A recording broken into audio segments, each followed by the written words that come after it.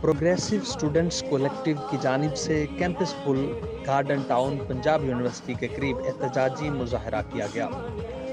ہاتھوں میں مشعلیں، بینرز اور پلے کارڈز تھامے سینکڑوں طلباء و طالبات سراپا احتجاج رہے۔ پلے کارڈز پر نعرے درج تھے جن پر لکھا ہوا تھا کہ کیمپس کو جیل نہیں بناؤ۔